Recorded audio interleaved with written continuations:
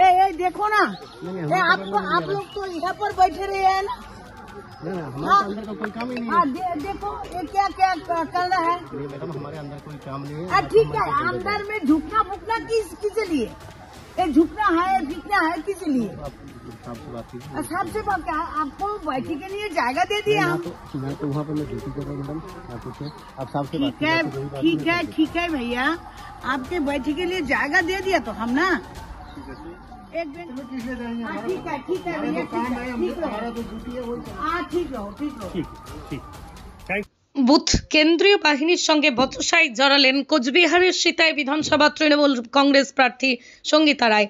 আপনাদের জানিয়ে রাখবো, চলছে সিতাই উপনির্বাচন, চলছে বিভিন্ন জায়গাতেই উপনির্বাচন। এই মুহূর্তে আমরা দেখাচ্ছি সিতাইয়ের ছবি। বুথে কেন্দ্রীয় বাহিনীর সঙ্গে বচসায় জড়ালেন কোচবিহারের সিতাই বিধানসভা তৃণমূল কংগ্রেস প্রার্থী সঙ্গীতা রায়। সিতাইয়ের কেনাচত্রা এলাকায় সঙ্গীতা রায় গিয়েছিলেন যে কিরকম ভোট হচ্ছে তা দেখতে, আর তখনই তিনি অভিযোগ পেয়েছেন যে বুথে কেন্দ্রীয় বাহিনীর জওয়ানরা অতি সক্রিয় হয়ে বুথের কেন্দ্রের ভিতরে ঢুকছিলেন, আর তা নিয়ে বুথের কেন্দ্রীয় বাহিনীর জওয়ানদের সঙ্গে বচসায় জড়ান সঙ্গীতা রায়। যদিও সেই কেন্দ্রীয় বাহিনীর জওয়ানদের দাবি তারা তাদের যা দায়িত্ব তা পালন করছেন।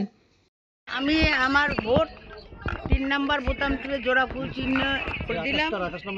আমি একটা কথাই বলবো, সিতাই বিধানসভায় যত ভোটার আছে, আজকে তৃণমূল কংগ্রেসের উন্নয়নের, মমতা ব্যানার্জির উন্নয়নের লক্ষ্যে প্রত্যেকটা ভোটার যেন জোড়া ফুল চিহ্নে ভোট দিয়ে মমতা ব্যানার্জির উন্নয়নকে ত্বরান্বিত করেন এবং আমাকে আশীর্বাদ ও দোয়া করেন। কত ভোটে জিতবেন বলে মনে হচ্ছে? সেটা তো মার্জিনের অপেক্ষায়, ভোট শেষের অপেক্ষায়। কত ভোটে জিতবো তো শিওর, কত ভোটে জিতবো সেটা পরে বোঝা যাবে। সারাদিন কি করবেন আজকে? সারাদিন কিভাবে? সারাদিন বুথে বুথে ঘুরবো। বিরোধীদের এজেন্ট দেখা যাচ্ছে না দিদি, কি বলবেন? সেটা আপনারা ভালো বুঝবেন, বিরোধীরা মাঠে আছে না ঘরে আছে। আপনারা তো খুব কম সময় দেখা যাচ্ছে লাইনে, সকাল থেকে প্রায় 1.5 ঘন্টা হয়ে গেল। কালকে জাগরণী উপবাস ছিল, উত্থান একাদশী ছিল, তারা হয়তো কাজকর্ম করে তারপরে আসবে। বিরোধীরা অভিযোগ করছে যে তাদের পোলিং এজেন্টদের বসতে দেওয়া হচ্ছে না, আর গতকাল রাত থেকে হুমকি দেওয়া হচ্ছে, এরকম একটা অভিযোগ বিজেপির ক্যান্ডিডেট। বিরোধীরা তো অনেক কিছু অভিযোগ করে, সেই অভিযোগকে আমরা এগুলো মনে করি না। ওরা দীর্ঘদিন থেকে অভিযোগ করতে থাকুক এরা অভিযোগ। ঠিক আছে, আপনি এখান থেকে পঞ্চায়েত হয়েছিলেন, প্রধান হয়েছিলেন, পঞ্চায়েত সমিতির সভাপতি হয়েছেন, এবং আজকে একদম বিধায়ক পদে প্রথমবার দাঁড়িয়ে এবং ভোট দিলেন, কেমন লাগছে? খুব ভালো লাগছে, খুব ভালো লাগছে। কারণ হচ্ছে আমি পঞ্চায়েত প্রধান সবই ছিলাম, পঞ্চায়েত সমিতি ছিলাম, কিন্তু এইভাবে আমি আজকে সেলিব্রিটিদের মতো মনে লাগছে আমাকে। ঠিক আছে,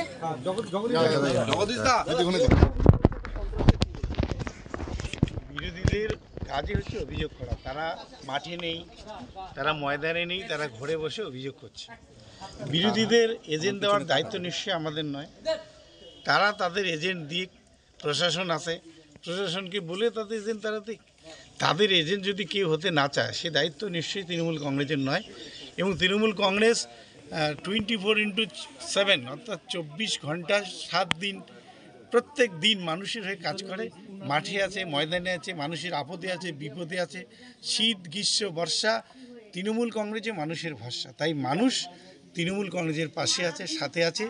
এবং আজকের এই ভোট শান্তিপূর্ণভাবে জনগণ ভোটটা আজকে প্রয়োগ করবে, তাদের গণতান্ত্রিক অধিকার।